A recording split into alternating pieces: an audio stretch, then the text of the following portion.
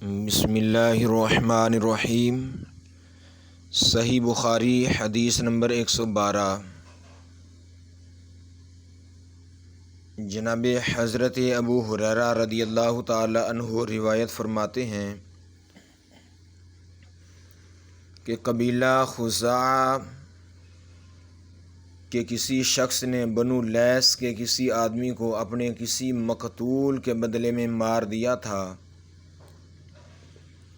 یہ فتح مکہ والے سال کی بات ہے۔ رسول اللہ صلی اللہ علیہ وآلہ وسلم کو یہ خبر دی گئی۔ آپ صلی اللہ علیہ وآلہ وسلم نے اپنی اونٹنی پر سوار ہو کر خطبہ پڑھا اور فرمایا کہ اللہ رب العزت نے مکہ سے قتل یا ہاتھی کو روک لیا۔ امام بخاری رحمۃ اللہ تعالی علیہ فرماتے ہیں، اس لفظ کو شک کے ساتھ سمجھو، ایسا ہی ابو نعیم وغیرہ نے القتل اور الفیل کہا ہے۔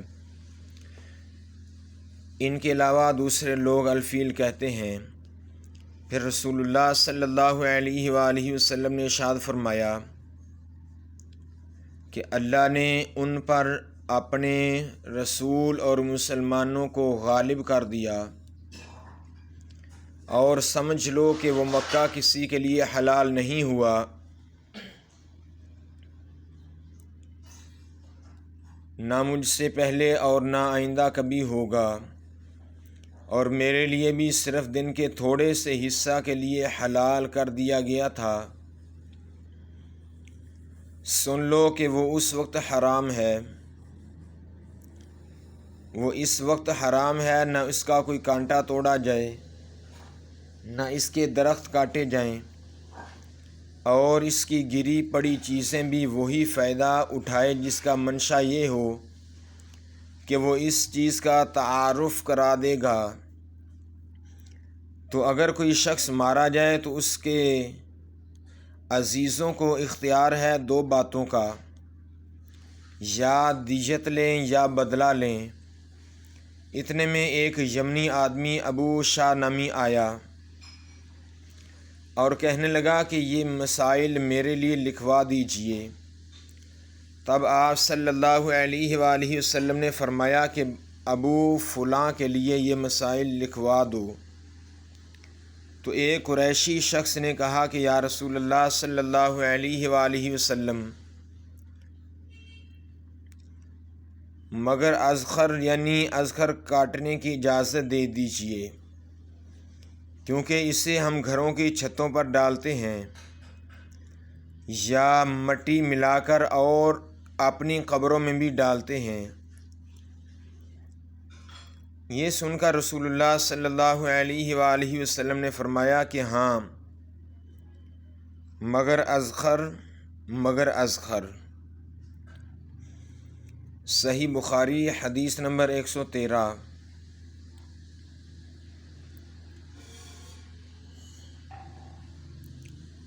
وہب بن منبہ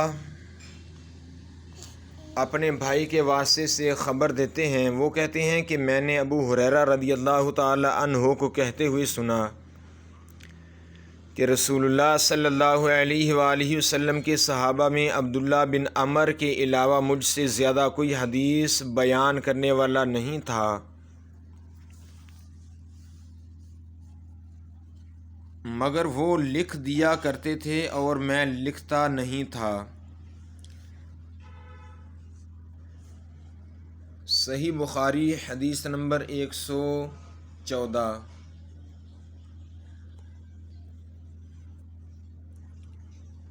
حضرت ابن عباس روایت فرماتے ہیں کہ جب نبی کریم صلی اللہ علیہ وآلہ وسلم کے مرض میں شدت ہو گئی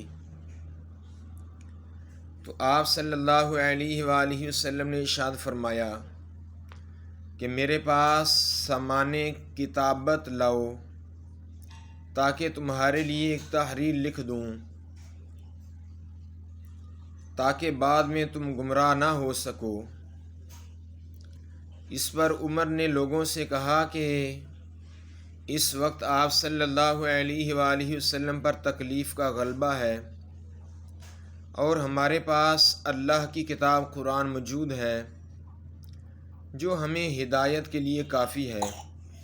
اس پر لوگوں کی رائے مختلف ہو گئی اور شور و غل زیادہ ہونے لگا۔ آپ صلی اللہ علیہ وآلہ وسلم نے فرمایا، میرے پاس سے اٹھ کھڑے ہو، میرے پاس جھگڑنا ٹھیک نہیں۔ اس پر ابن عباس یہ کہتے ہوئے نکل آئے کہ بے شک مصیبت بڑی سخت مصیبت ہے، ہمارے اور رسول اللہ صلی اللہ علیہ وآلہ وسلم کے اور آپ کی تحریر کے درمیان حائل ہو گئی۔ صحیح بخاری حدیث نمبر 115۔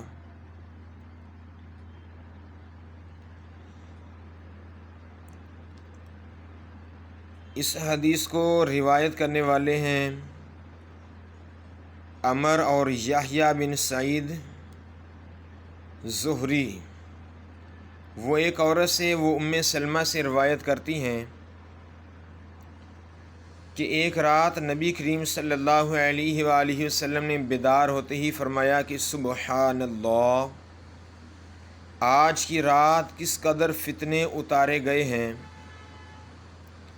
اور کتنے ہی خزانے بھی کھولے گئے ہیں۔ ان حجرہ والیوں کو جگاؤ، کیونکہ بہت ساری عورتیں جو دنیا میں باریک کپڑا پہننے والی ہیں وہ آخرت میں ننگی ہوں گی۔ صحیح بخاری حدیث نمبر 116۔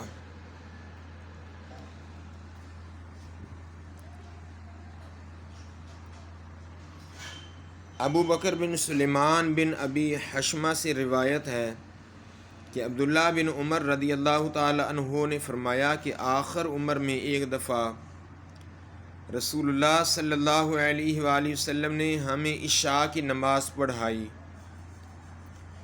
جب آپ صلی اللہ علیہ وآلہ وسلم نے سلام پھیرا تو کھڑے ہو گئے اور فرمایا کہ تمہاری آج کی رات وہ ہے کہ اس رات سے 100 برس کے آخر تک کوئی شخص جو زمین پر ہے وہ باقی نہیں رہے گا۔ صحیح بخاری حدیث نمبر 117۔ حضرت عبداللہ بن عباس رضی اللہ تعالی عنہما سے نقل ہے کہ ایک رات میں نے اپنی خالہ میمونہ بنت الحارث زوجہ نبی کریم صلی اللہ علیہ وآلہ وسلم کے پاس گزاری، اور نبی کریم علیہ السلام اس دن ان کی رات میں ان ہی کے گھر تھے۔ آپ صلی اللہ علیہ وآلہ وسلم نے عشاء کی نماز مسجد میں پڑھی، پھر گھر تشریف لائے اور 4 رکعت نفل پڑھے۔ نفل پڑھ کر آپ صلی اللہ علیہ وآلہ وسلم سو گئے، پھر اٹھے اور فرمایا کہ ابھی تک یہ لڑکا سو رہا ہے، یا اسی جیسا لفظ فرمایا۔ پھر آپ نماز پڑھنے کھڑے ہو گئے اور میں بھی وضو کر کے آپ کے بائیں جانب کھڑا ہو گیا، تو آپ صلی اللہ علیہ وآلہ وسلم نے مجھے دائیں جانب کھڑا کر لیا۔ تب آپ صلی اللہ علیہ وآلہ وسلم نے 5 رکعت پڑھی، پھر 2 پڑھیں، پھر آپ صلی اللہ علیہ وآلہ وسلم سو گئے،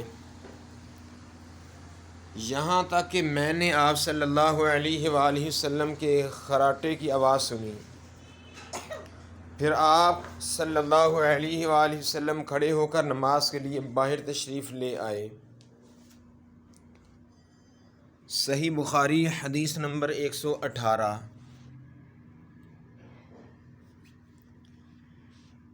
حضرت ابو ہریرہ رضی اللہ تعالی عنہ فرماتے ہیں کہ لوگ کہتے ہیں کہ ابو ہریرہ بہت حدیثیں بیان کرتے ہیں، اور میں کہتا ہوں کہ قرآن میں 2 آیتیں نہ ہوتیں تو میں کوئی حدیث بیان نہ کرتا۔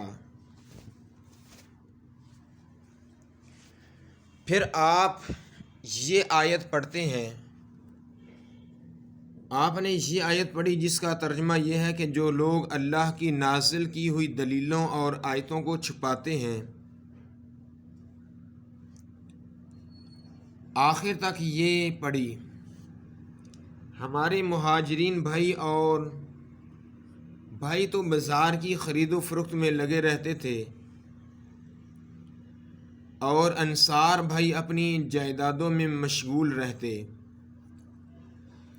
اور ابو ہریرہ رضی اللہ تعالیٰ عنہ رسول اللہ صلی اللہ علیہ وآلہ وسلم کے ساتھ جی بھر کر رہتے۔